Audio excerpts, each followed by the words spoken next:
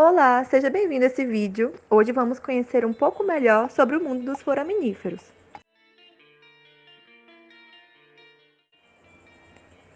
Mas afinal, o que são os foraminíferos?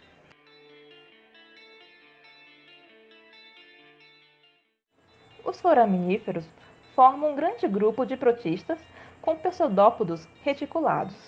São constituídos por uma única célula, e esses micro-organismos têm grande capacidade de formar conchas, sendo ela teca, testas ou carapaças.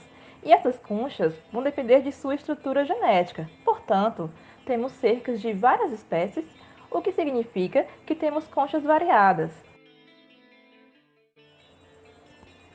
Eles são muito pequenos, possuindo dimensões microscópicas entre 1 e 2 milímetros de diâmetro, onde o estudo é realizado através do auxílio de lupa eletrônica, microscópio petrográfico ou microscópio eletrônico de varredura.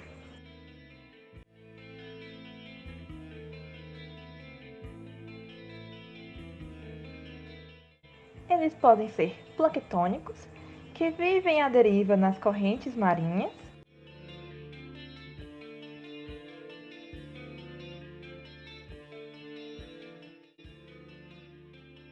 ou podem ser bentônicos, que vivem no substrato de ambientes aquáticos.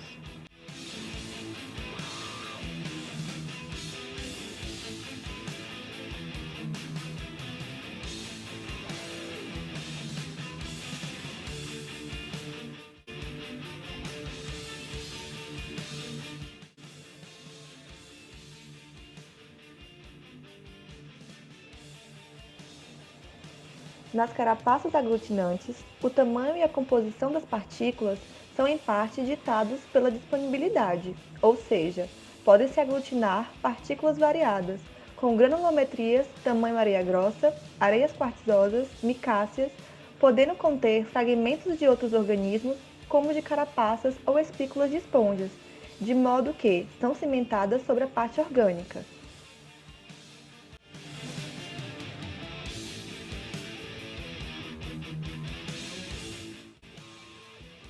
Os foraminíferos com parede microgranular evoluíram durante o Paleozoico e são considerados o elo entre as testas aglutinantes e as biomineralizadas.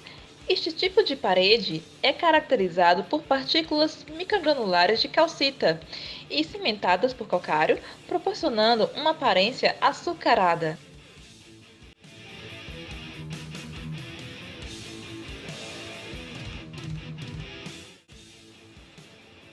O termo porcelanoso deriva da aparência brilhante e lisa das testas, que resulta da orientação dos cristais microscópicos.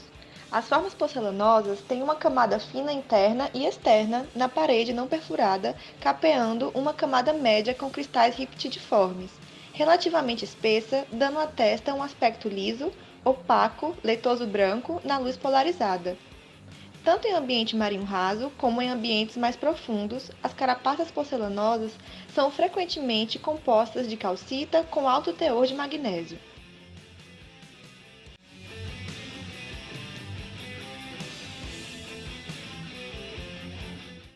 A organização calcária lamelar possui formas de folhas de deposição de carbonato e disposição de cristais de calcita mais ou menos organizadas e perpendicular à curvatura da teca. Pode possuir características um pouco brilhantes, embora não possuir aspecto branco leitoso e nem transparente, podem produzir uma aparência hialina e translúcida, no entanto, camufladas pelos poros e outros adornos.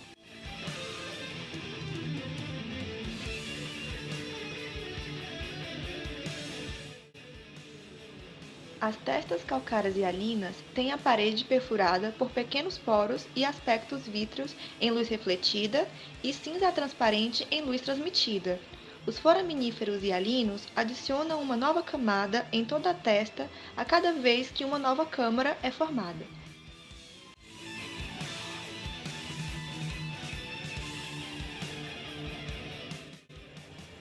As carapaças orgânicas são mais raras e mais difíceis de serem preservadas como fósseis.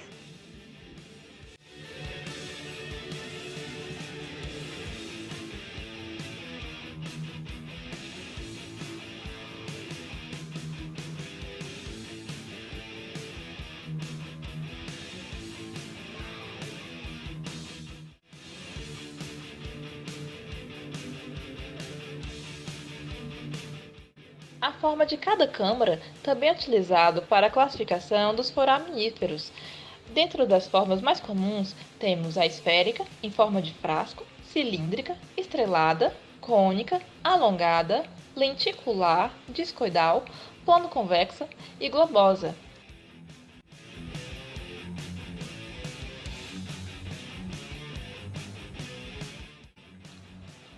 As carapaças dos foraminíferos possuem uma ou mais câmaras. A câmara inicial é, na maioria das vezes, esférica ou oblata, com uma abertura.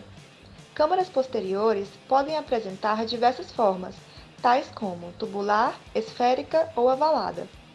As novas câmaras são adicionadas seguindo uma variedade de padrões denominados de arranjo das câmaras. O arranjo dessas câmaras podem ser unisserial, quando as câmaras dispostas em uma única série. Se a série formada for curvada, é denominada arqueada. Se for linear, é denominada retilínea. Bisserial são quando as câmaras dispostas em linha dupla, e tristerial, quando as câmaras estão dispostas adicionadas em 3 séries. Nos enrolados, temos o plano espiral, que é quando as câmaras estão dispostas em espiral em torno de um eixo de enrolamento, e a espiral situa-se no único plano. O arranjo pode ser plano espiral involuto, quando as câmaras da última volta recobrem as câmaras iniciais, ou plano espiral evoluto, quando não há sobreposição e todas as câmaras ficam visíveis. Também temos a trocoespiral, que é quando a espiral não está em um plano, mas avança pelo eixo de enrolamento, tornando o arranjo das câmaras helicoidal. Os milholidifromes seguem uma sobreposição angular constante. É um tipo específico de enrolamento. Não acompanham o sentido de enrolar, e as câmaras são longas. As primeiras são sobrepostas pelas últimas.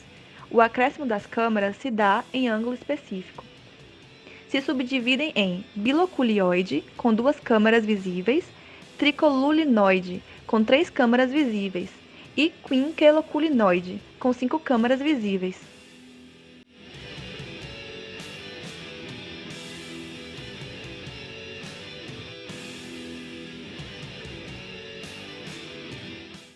Devido à grande diversidade, abundância, boa preservação dos fósseis e facilidade de análise de amostras, os foraminíferos representam o principal grupo de organismos utilizados na bioestratigrafia, principalmente na datação de rochas.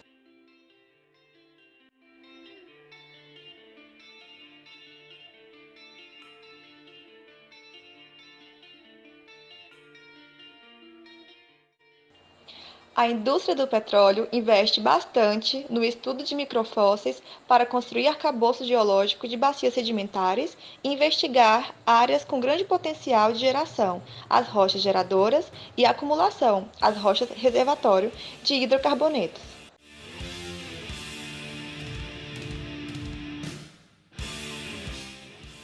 Outro fato importante, as carapaças dos fósseis são formadas pelos elementos constituintes de oceanos antigos. Assim, a análise da razão entre os isótopos estáveis permitem reconstruções paleoclimáticas e da paleoprodutividade dos oceanos.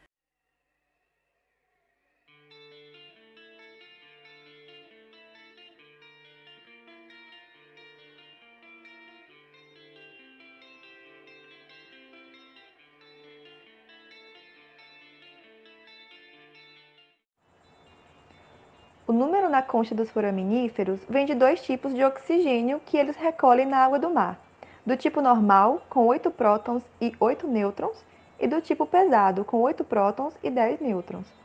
Moléculas de H2O com oxigênio comum são ligeiramente mais leves do que as de oxigênio pesado, então elas são mais propícias a evaporarem da superfície do oceano. Como o gelo das calotas polares vem das nuvens, essas camadas de gelo funcionam como um depósito de oxigênio comum. Assim, é possível indicar a quantidade de gelo nos polos do planeta e a temperatura média global.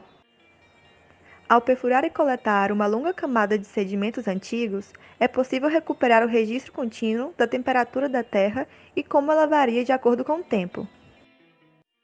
Os estudos de organismos atuais têm sido aplicados no monitoramento de acidificação dos oceanos e diagnósticos de impactos ambientais.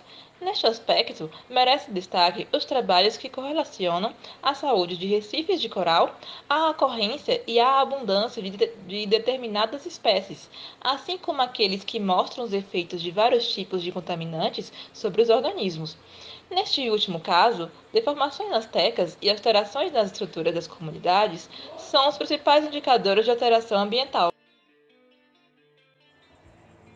Agora que você conhece os foraminíferos e as suas aplicações nas geociências, nós ficamos por aqui. Muito obrigada e até a próxima!